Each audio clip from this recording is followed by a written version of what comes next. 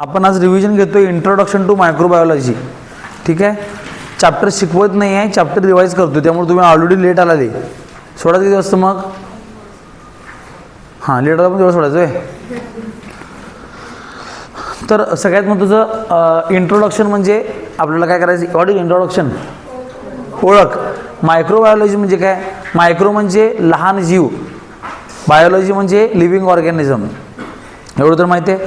मग ह्या धड्यामध्ये आपण असं बघणार आहे, जीवजंतूंचा वापर आपल्या फायद्यासाठी आपण कशा कशासाठी करणार. आपल्या डोक्यात एकच आहे, जंतू म्हणजे काय? आजारी पाडणार. बरोबर आहे.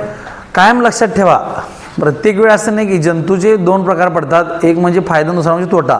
कळाले? आणि आपण ह्या धड्यामध्ये त्याचे काय बघणार आहोत? फायदे बघणार आहोत. मग ह्या धड्यामध्ये काय असणार आहे? जंतूंची नावं असणार आहेत जास्त. सॅक्रोमायसिस, क्रेवेसी किंवा तुम्ही सर्वेसिस म्हणताय तर सर्वेसिस. समजलं मी काय म्हणायला लागलो? ते लयच लवकर आला की बाळ. या दारच बंद करा. तुम्ही सगळे बाहेर बघत बसता बिनकामाचं. मला काय म्हणायचं कळाले?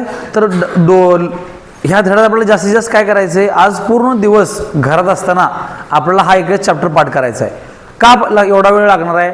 कारण या धड्यातली ऑर्गॅनिझमची नावं अवघड आहेत. मी सोपं करून सांगणार आहे, पाठ मात्र तुम्हाला करायचे. ह्यात थोडंसं स्पेलिंग पाठ करणं पण गरजेचं असते. समजते? मग कुठं कुठं आपण वापरतोय हे इथनं पुढं बघणार आहे आपण. तर त्यांनी काय सांगितलं? Industrial microbiology main feature. Industrial microbiology, the science is related to the commercial use of microbes in various economic, social, environmental related process and product are individual various microbial powerful useful for this purpose are carried out. काय सांगितले? ह्याचं आता मोठं असलं की त्याला break करायचं पहिल्यांदा. This science is related to the commercial use of microbes. Microbes म्हणजे मायक्रो ऑर्गॅनिझम. काय? मायक्रो म्हणजे लहान, ऑर्गॅनिझम म्हणजे जंतू. मायक्रो ऑर्गॅनिझमला आपण बारकं केलं आणि त्याला म्हणले मायक्रोब्स. काय सांगितलं मी तुम्हाला? मोठं मोठं करायचं त्याला आपण काय केलं? बारकं केलं. मायक्रोब्स हा शब्द जिथं येईल तेव्हा लक्षात ठेवायचं हा काय? मायक्रो ऑर्गॅनिझम आहे. एवढं तर समजलं. कमर्शियल यूज ऑफ मायक्रोब्स म्हणजे व्हॉट इज कमर्शियल?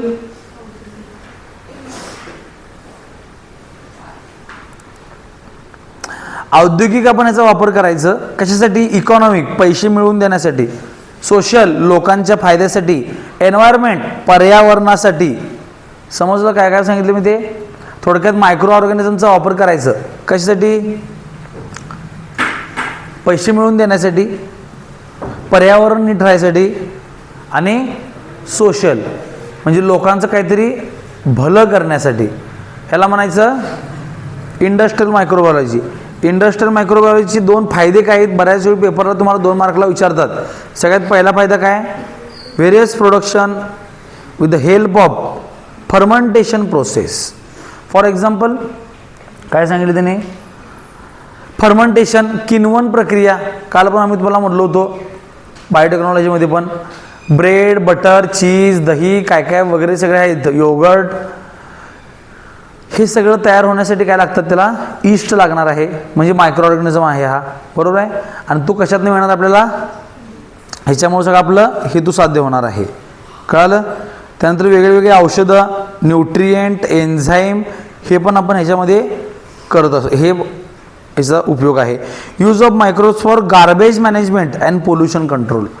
गार्बेज म्हणजे कचरा. ह्या कचरा समजा तुम्ही आता रात्री भात उरला तुमच्या घरात, भात टाकून दिला आणि हा जर कुजला नसता तर काय झाला असं विचार करा. असा कचरा नुसता साठत गेला असता. समजलं? पण ह्याचं काय होतंय? विघटन होतंय. कशामुळे होतंय? अजून परत micro organism.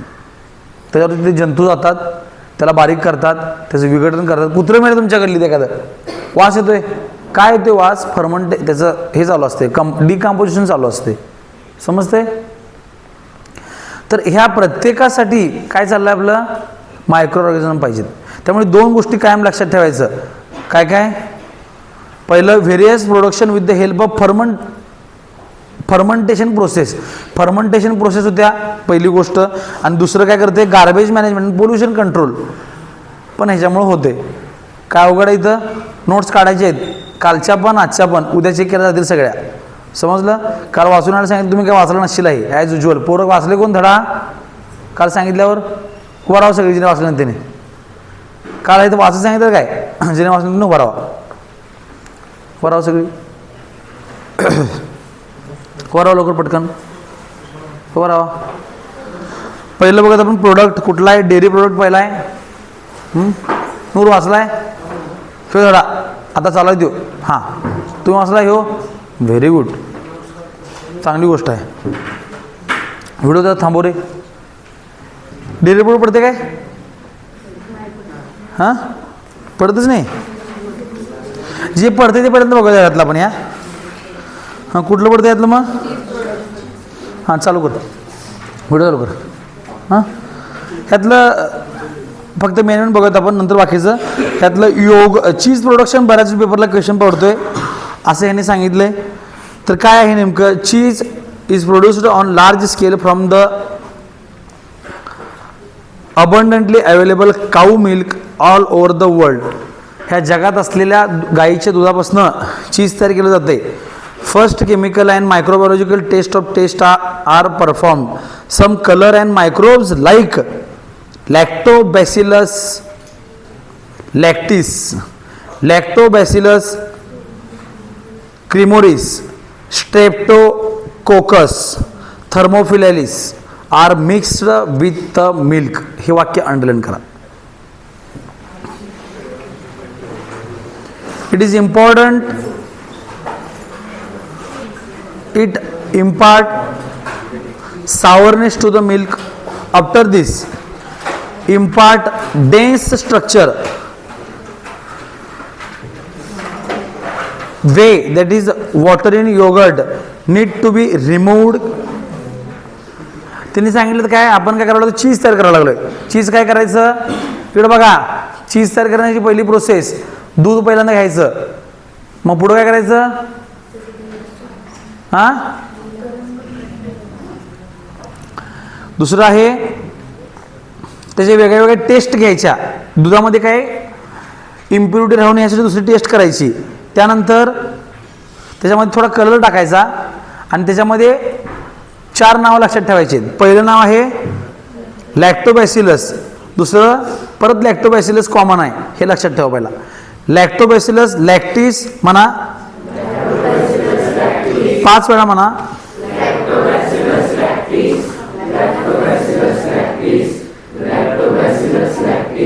Lactobacillus cremoris, Streptococcus thermophilus, 5 वेळा म्हणा, 3 ओळीनं.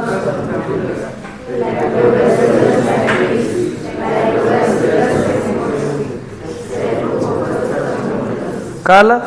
नाव आडनाव असं असते. फक्त लॅक्टोबॅसिलस लिहिलं तर मार्क पडणार नाही. 4 नाही 3 नावं पाठ करायची. आणि हे तिन्ही टाकून काय केलं जाते, हे दुधामध्ये मिक्स केलं जाते.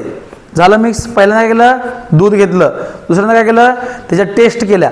तिसऱ्यांदा काय केलं, ह्या 3 बॅक्टेरिया घेतल्या आणि थोडा कलर त्यामध्ये दुधामध्ये टाकला आपण आणि ढवळून ठेवलं. त्यानंतर काय,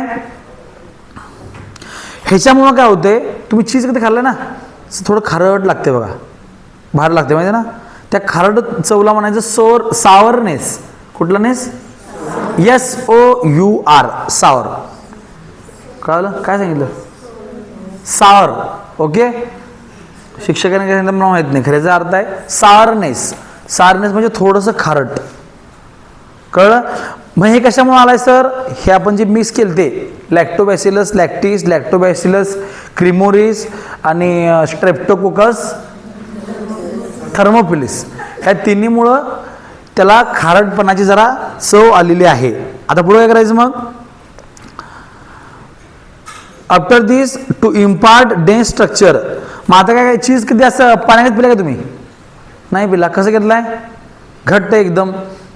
मग हे पातळ झालेलं असते. दूध कसं होतं, पातळ होतं, त्यात आपण सगळं फक्त हे टाकलं होतं ना.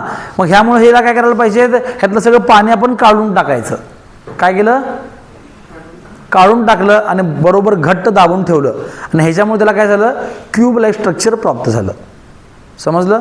क्यूब लाईक स्ट्रक्चरला म्हणायचं डेन्स स्ट्रक्चर. डेन्स म्हणजे जवळजवळ आलेलं. काय अवघड आहे?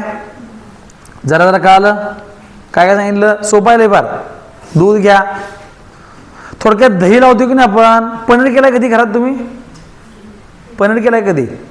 पनीर एखादं करायचं असलं आपण काय करतोय, दूध घेतोय, त्याला नासवतोय किंवा नासलं दूध असते, कापडामध्ये त्यातलं पाणी काढून टाकतोय, कळालं, आणि त्याला दाबून ठेवतोय. समजलं? ह्यात आणि त्यात एवढाच फरक आहे, ते आपण काय त्यात मायक्रो ऑर्गॅनिझम टाकत नाही, ह्यात आपण मायक्रो ऑर्गॅनिझम टाकतोय. कुठले कुठले? Lactobacillus, Streptococcus. समजलं? त्यामुळे हे त्या प्रकारचं स्ट्रक्चर तयार होते. चीज प्रत्येकाला आवडतेच, असं कोण नसेल त्याला चीज आवडत नाही. मग त्याला माहीत पाहिजे आपल्याला चीज कसं तयार होते ते. कळलं? नंतर आता काय, an enzyme rennet obtained from alimentary canal of the cattle was being traditionally used earlier. However, enzyme protease obtained from fungi used at present to produce vegetarian cheese. मग आता कसं माहिती आहे काय, ही प्रोसेस व्हायला फार वेळ लागतो. लॅक्टोबॅसिलस, लॅक्टिस, क्रिमोरिस किंवा सगळ्या गोष्टी आहेत ह्या व्हायला किती वेळ लागतोय, असं समजत आपण 4 दिवस लागतात. किती दिवस? खरं तुम्हाला पाहिजे एका दिवसातच. काय करायचंय? एका दिवसातच पाहिजे. मग काय करायचं? ह्यासाठी वापरायचे enzyme. Enzyme is nothing but biological catalyst. Catalyst is nothing but substance which increase the rate of reaction. लय वेळा मी उदाहरण सांगितले, लक्षात आलं तुम्हाला? हां. तर ह्यासाठी ह्या 3 ऑर्गॅनिझम बरोबर आपल्याला काय करायला लागतंय, एक एन्झाईम ॲड करायला लागतंय. मग हे एन्झाईम पहिला आपण कुठलं वापरायचो? रिनेट. स्पेलिंग सांगा मला. RENNET.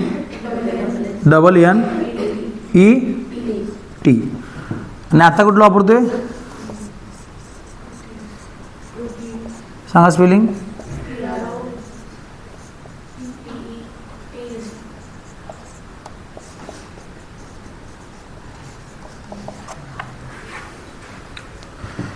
पेपरला तुम्हाला सगळा प्रश्न असतो सोडता. हा एकच असतो एवढा का पूर्ण चीजचा असतोय? हां, काय असतोय प्रश्न? हां,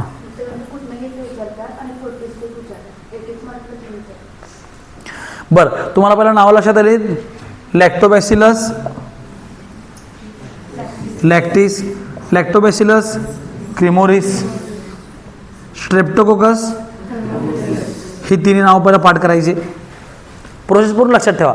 शॉर्टमध्ये घ्यायला ते पण लक्षात ठेवणं गरजेचं आहे आपण. आणि ह्याच्यामध्ये मग हा एन्झाईम टाकायचा. म्हणा रिनेट, म्हणा. आणि हा जनावरांपासून आपण घ्यायचो. कॅटल म्हणजे काय? जनावर. जनावरांपासून रिनेट काढून घ्यायचो आपण आणि चीज म्हणजे करणाऱ्या दुधामध्ये आपण टाकायचो. कुठनं घ्यायचो? कॅटल. म्हणा रिनेट कॅटल. म्हणा. नावं जरा अवघड आहेत, पाठच करायला लागतील. मी तुम्हाला फक्त सगळं प्रोसेस सांगायला लागलोय. पाठ तुम्हाला करावं लागणारच आहे. कळलं? ह्या जनावरांपासून आपण रिनेट नावाचं जे एन्झाईम घेतोय हे काय व्हायला लागलं, मग जनावरं कमी आहेत, चीज जास्त तयार करायचंय. काय करतोय आपण? जनावरं कमी आहेत, खाणारी जास्त आहेत. मग काय करायला लागणार? मग आपण मायक्रोबायोलॉजीचा वापर केला. कळलं? आणि एक फंगाय घेतलं. काय घेतलं आपण? फंगाय. हा लॉंग फॉर्म आहे कशाचा? फंगसचा. हे लक्षात ठेवा पहिला. कळलं? फंगस म्हणजे मराठीमध्ये शुभेल ना, बुरशी. कळलं? आणि ह्या बुरशीपासून आपण प्रोटीएज नावाचं एन्झाईम तयार केलेलं आहे. कुठलं? म्हणा 10 वेळा. नमस्कार. प्रोटीएज फंगाय.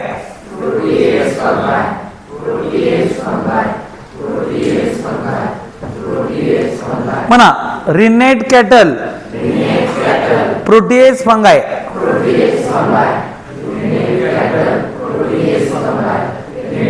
आणि अशा पद्धतीने आपल्याला काय व्हायला लागलं, मग हे फंगाय एका साध्या डिश मध्ये आपण तयार करायला लागलो. एवढ्या मोठ्या म्हशीपासनं एवढं रिनेट तयार होत होतं. आता एवढ्या फंगसपासनं एवढं लई प्रोटीन्स तयार व्हायला लागलं. समजलं? That is the use of microbiology. कळलं? पुढं काय एवढं तू सांगायचं, पुढं सांगायचं नाही. The whey is separated from yoghurt. Whey म्हणजे काय? पाणी. कळलं? वे म्हणजे पाणी आपण सेपरेट करतोय. मग सर याला पाणी काय म्हटलं नाही हो? दह्यातलं पाणी कसं असते? आंबट लागते ना का? ते पाण्याला लागते. आंबट पाण्याला काय म्हणायचं? खारट पाण्याला काय म्हणायचं? वे. कळलं? नॉर्मल सोडून कसलं पण पाणी असते त्याला काय म्हणायचं? समजलं आता? हां. The whey is separated from yogurt which was some other uses. The process of the production of the cheese is started through the steps like cutting. पहिल्यांदा कट करायचं, मग सॉलिड तयार पीस करायचं, मग त्याला परत वॉश करायचं, रब करायचं, सॉल्ट करायचं, मिक्सिंग करायचं, कलर द्यायचं, विकून टाकायचं. समजलं? पुढचं काय एवढं हे नाही ते बघा. हां, पुढं काय सांगायचं नाही बाळा? काय सांगत होतं? कुठे गेलं? ब्रेड. हां, ब्रेडमधलं पूर्ण सांगायचं. ब्रेड. बरं, पुढं बघायचं आपण. ब्रेड 1950चा ब्रेड एकसारखा पडतोय म्हणा. आपलं चाललंय रिव्हिजन. मला असं वाटलं की तुम्हाला पण काही ना मला पण काही ना. तुमची तोंड बघून मी विसरलोय मला काय सांगायचं ते. Different types of breads are produced from flour of cereals. What is cereals? कडधान्य. कळलं? ऍक्च्युली ब्रेड कडधान्यापासून बनत असतंय, पण आपल्या इथे कशापासून बनतंय? मैद्यापासून बनतंय. लक्षात ठेवा. ब्रेडचा शोध यासाठी लागला होता. तुम्ही कडधान्य खाताय का हो? खाऊ वाटतं का तुम्हाला? नाही. मग काहीतरी अल्टरनेटिव्ह प्रोसेस करायसाठी आपण ब्रेड तयार केलं तर, पण आपण वावम केली. ब्रेड पण चुकीचं तयार करतोय. ब्रेड पण मैद्याचं करतोय. कळलं काय? नाही सर, आम्ही गव्हाचं ब्रेड खातोय. गहू इज बाप ऑफ मैदा. कळलं? त्यात काय एवढं लय आपण दिवळ लावलेलं नाही गव्हाचं ब्रेड खाऊन. कळलं? मैदा कसा तयार होतोय? मैदा कशापासून तयार होतोय? गव्हापासून होतोय. मग रवा कशापासून तयार होतोय? हा, ज्वारीपासून. हे व्हिडिओ थांबव एक मिनिट व्हिडिओ थांबव एक मिनिट. रवा कशापासून तयार होतोय? मैदा आणि रवा दोन्ही पण गव्हापासूनच तयार होतात. कळलं? मैदा गव्हाला बारीक करत असताना रवा तयार होतोय. पाकच बोकणावरती त्याला मैदा म्हणतोय. कळलं? हां, अवघड आहे तुम्हाला सगळे येते मी विचारलेलं सोडून. तर मला सांगायचं आहे काय की आपण कडधान्यांपासून, आपण नाही बाहेरच्या देशात वगैरे कडधान्यापासून ब्रेड तयार करतात. कडधान्य आपल्या पोटात जावी यासाठी. मग हे करत असताना काय केलं जातं? पहिल्यांदा dough is found by mixing of baker's yeast, that is saccharomyces cerevisiae किंवा सर्वेसिस. ठीक आहे? प्रत्येक जणाला वेगवेगळे काय काय म्हणते. तुम्ही काय म्हणताय? सर्वेसी. ठीक आहे? डग म्हणजे काय हो? यु नो डग, DOUGH, डग.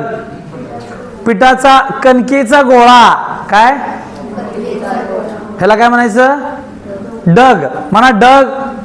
काय सगळं तुम्हाला. डग म्हणजे काय असतंय? आणि त्या कणकेच्या गोळ्यामध्ये आपल्याला काय टाकायचं असते? सॅक्रोमायसेस. म्हणा सॅक्रोमायसेस सर्वेसी. हां, सर्वशी. सॅक्रोमायसिसची काय करायची आपण? घ्यायची. हां, त्यानंतर काय करायचं बघा? पाणी टाकायचं, मीठ टाकायचं आणि अदर मटेरियल विथ फ्लोर. पीठ सगळ्यात महत्वाचं आहे. पहिला फ्लोर म्हणजे पीठ. कळलं? फ्लोर म्हणजे फरशी नव्हे. फ्लोर म्हणजे काय? तू म्हणणार फरशीवर पाणी टाका, फरशीवर मीठ टाका, असं नाही ते. फ्लोर म्हणजे पीठ आहे आणि पिठाचं काय करायचं आपल्याला? गोळा करायचा आहे. पीठ म्हण हायच की पीठ. पिठाचा गोळा करायचा आहे. पीठ इज नोन ॲज फ्लोअर. गोळा पिठाचा इज नोन ॲज डग. डो. हा, डो तर डो. हे इंग्लिश मीडियम मध्ये लक्षात ठेवा. डो. मराठी मीडियम लक्षात ठेवा. डग. ठीक आहे? मग आता यात सगळ्यात महत्वाचं कोण आहे? असं पीठ महत्वाचं आहे काय, सगळं महत्वाचं असते, पण ह्यात सगळ्यात महत्वाचं सॅक्रोमायसिस सर्वेसी फार महत्वाचे आहे. अनलेस अँड अनटिल त्याच्यामुळे आपल्याला पुढचं प्रोडक्ट मिळणार आहे, ते नसतं तर बाकीचं काय मिळणार नाही. हां, त्यानंतर काय, ह्याच्यामुळे फर्मेंटेशन होते. Due to fermentation of carbohydrate by yeast sugar is converted due to the carbon dioxide and ethanol. Dough मग dough rise up to the due to CO2 and the bread become spongy.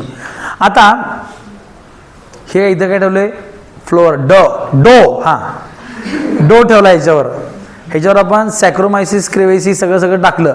आता ते सॅक्रोमायसिस काय करते, हा जंतू आहे तुम्हाला मी सांगितलं, ईस्ट आहे हा काय करतोय, ते कडधान्य खाऊन टाकतोय.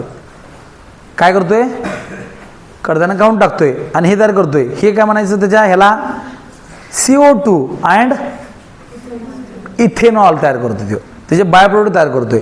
मग CO2 म्हणजे काय, कार्बन डायऑक्साईड. कार्बन डायऑक्साईड काय करतोय, असं उडून जायला बघतो, असा कळलं कसं बघतोय, आणि असं उडून जाताना ह्याची उंची वाढत्या, असा ब्रेड फुगतो टम दिशी. कळलं, पहिला कसा होता, चपाती करून ठेवला होता आपण, आता कसं झाला समजलं. सेम प्रोसेस, ह्या CO2 मुळे तुमची इडली फुगत्या, ह्या CO2 मुळे तुमचा ढोका, समजलं. म्हणजे तुम्ही काय खालाय, कार्बन डायऑक्साईड. हा लक्षात ठेवा, carbon dioxide. Compressed east is used in a commercial bakery industry. आता हे जे ईस्ट होतं आपण वापरलं सॅक्रोमायसिस क्रेवेसी, हे कॉम्प्रेस करून वापरलेलं असतंय मोठ्या मोठ्या गणेश बेकरी नांदणी येतं, त्यानंतर सहकार आणि कुठलं आहे ते. It is available in a dry granular form of domestic use. हे तुम्हाला असं ग्रँड्युअर म्हणजे ग्रॅन्युअर सारखं दिसतंय. हां, yeast produced for commercial use contain various useful content like carbohydrate, fat, protein, various vitamin, mineral. Due to this bread and other product with the help of yeast become nutritive. Ingredient like vinegar, soya sauce and monosodium glutamate, that is Ajinomoto, that are used presently for popular Chinese food and produced by microbial fermentation. आता हे fermentation म्हणून आपण आणि काय करतोय, तिने सांगितले Ajinomoto. Ajinomoto चायनीजच्या गाड्यावर गेल्यानंतर तुम्ही घरात एक वाटे भात खात असला, चायनीजच्या गाड्यावर 2 वाटे खाताय, माहिती आहे काय, कारण ती चव भारी लागत्या. चव का भारी लागत्या, अजिनोमोटो. कळलं, थोडक्यात त्याला चायनीज मीठ असं सुद्धा म्हणतात. कुठला मोठो, जास्त खाल्ल्यावर इंटेस्टाईनला छिद्र पडतात. ठीक आहे, मेहनत नाही खायचं, चायनीज सारखं खायचं नाही. मग हे अजिनोमोटो आहे ना, आपल्या म्हणतो अजिनोमोटो काय करते, टेस्ट पण वाढवते आणि लाईफ पण वाढवते अन्नाची. एखादं मटण आहे, समजा मटण कुजलेलं मटण आहे, कधीच म्हणलो मी तुम्हाला, फ्रेश नाही आहे, कुजलेलं आहे, आणि जर त्यावर अजिनोमोटोचं पाणी टाकलं तर फस होतं आणि एकदम फ्रेश दिसते ते. तुम्हाला काय म्हणलो मी, कळलं. विचार करा, कुजलेलं ते नीट करते, असलेलं काय करणार, समजलं मी काय म्हणलो. त्यामुळं हां, कमी खाल्लं तर काय अडचण, सारखं खाल्लं तर मात्र 100% अडचण असते. म्हणून इनडायजेशन वगैरे करतं. अजिनोमोटो टाकल्यामुळे त्याची टेस्ट 10 पट वाढते. किती पट म्हणलो मी, 10 पट. आणि त्यामुळं जरा चायनीज डेंजर असतं. आणि ह्याला चायनामध्ये आपण कसं मीठ टाकून खातो, तसं त्यांनी मीठ टाकून हे टाकून खातात. ओके, त्यानंतर सोया सॉस, तुम्ही बघितलं असेल सॉसचे वेगळे प्रकार. सोया सॉस असतोय, तो पण ह्याच्यापासून तयार होतोय. व्हिनेगार आहे, व्हिनेगार व्हिनेगार कशासाठी वापरतात, व्हिनेगार सांगितलेलं मी, लोणचं टिकण्यासाठी, वजन कमी करण्यासाठी, वॉशिंग मशीन धुण्यासाठी व्हिनेगार वापरतात. हे पण फर्मेंटेशन केल्यामुळे वापरतात. थोडक्यात ह्या आपल्याला का ह्याच्यात काय सांगायचं आहे, पहिल्या ह्याच्यात सांगितलं ब्रेडचं महत्त्व, आणि दुसऱ्या ह्याच्यात सांगितलं फर्मेंटेशनचं महत्त्व, आणि मग फर्मेंटेशन केलेलं कुठं काय काय वापरतात हे सांगितलं. समजलं. आपल्याकडे जास्त वेळ नसल्यामुळे आपण थांबवतोय. थोडं कळलं. हां, थांबवतोय म्हणजे हे चॅप्टर नाही, ये रे बस 5 मिनिट, तेवढंच तू पण खुश राहशील. पेज नंबर 80 काढा. हां, ह्यातलं काय हे चार्ट येतो काय, चार्ट सगळं शिकू शकत नाही आपण, सगळं महत्त्वाचं आहे. हा चॅप्टरच माझा आवडता चॅप्टर आहे, लय इंटरेस्टिंग आहे. कसं तयार होतं, हे कसं तयार होते, ते कसं तयार होते, नावं अवघड आहेत, बाकी प्रोसेस फार सोपे आहेत. खरं आपल्याकडे तेवढा वेळ आता नाही. जसं की सोया सॉसची प्रोसेस पण भारी आहे. हां, सगळंच पाहिलं धड्यात या, फक्त हा चॅप्टर आधी शिकवायला पाहिजे होता. Production of beverage. What is beverage? पेय, कोल्ड ड्रिंक. ह्याला काय म्हणायचं? सॉरी, कोल्ड ड्रिंक नाही, त्याला म्हणायचं ड्रिंक. कळालं? कोल्ड म्हणजे हे असते, हॉट म्हणजे हे असते, मग कोल्ड ड्रिंक म्हणजे ड्रिंक म्हणजे काय, आपण पिऊ शकतो, पेय असं त्याला म्हणायचं. कळलं? मग काय काय असते? सगळ्यात महत्त्वाचं कॉफी सगळ्या गावाला आवडत्या. कॉफी असेल, त्यानंतर वाईन असेल किंवा cider. What is cider? Apple juice is known as cider. मला पण आताच कळलं. हां, किंवा मला काय माहीत नाही. आम्ही आपलं चहा पिणारी माणसं, लिंबू सरबत पिणारी माणसं. बरं, ऐका आता. तर हे जे ड्रिंक्स आहेत ना, थोडं लक्ष द्या, कृपया ध्यान दे. गाडी नंबर हां बघत आपण. हे सगळं कॉफीपासून. कावेरी काल का नव्हता?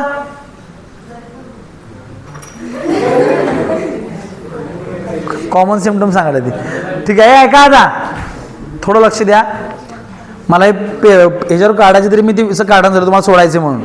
तर वेगळ्या वेगळ्या फळापासून हे वेगळं वेगळं पेय तयार होत असते, ड्रिंक तयार होत असते. जसं की पहिला बघा, 1 नंबरला सांगितले कॉफिया अरबिका. कोण? अरे कॉफिया कोण? हा, 5 वेळा म्हणा. हे फळाचं नाव आहे. हे काय आहे? जसं की आपल्या इथे चहाची, आसाममध्ये चहाची शेती असते, त्यापासून चहा तयार होतो, तसं हे कॉफिया अरबिका नावाचं फळ आहे. ह्याच्यापासून काय तयार होतं? कॉफी तयार होते. त्यानंतर थिओब्रोमा कोका नावाचं फळ आहे. ह्याच्यापासून काय तयार होतं? Coca. What is Coca? Coca म्हणजे मला व्हॉट इज कोका? उद्या सांगा मला.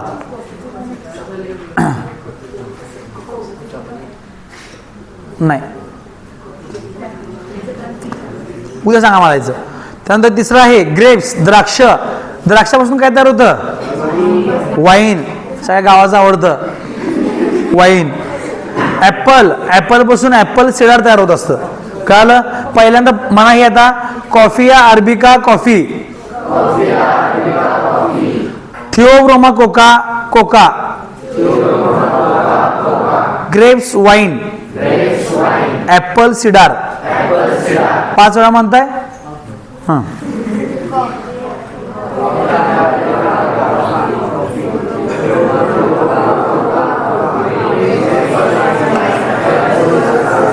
बस बस लिहितो तुम्हाला. बस आता ग्रेप्स आणि ॲपल जे आहेत हे काय केलं जातं बघा, म्हणजे वाईन तयार करायसाठी आणि सिडार तयार करायसाठी त्याचं काय व्हायला पाहिजे? फर्मंटेशन व्हायला पाहिजे.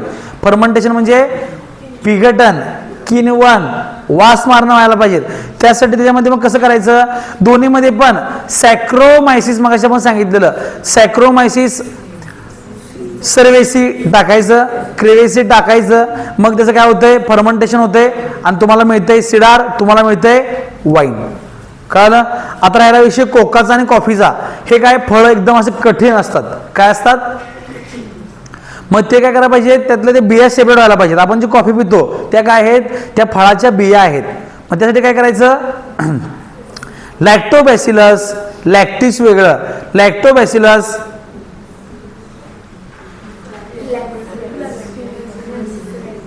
पहिलं कोण होतं? लॅक्टोबॅसिलस लॅक्टिस. हे कोण होतं? लॅक्टोबॅसिलस क्रिमोरिस. तिसरा आला भाऊ आता, लॅक्टोबॅसिलस ब्रेव्हिस. कळलं? आणि ह्यानं काय केलं? त्या फळाच्या बिया फळापासनं सेपरेट करायचं काम केलं. एवढंच, separation of seed from fruit.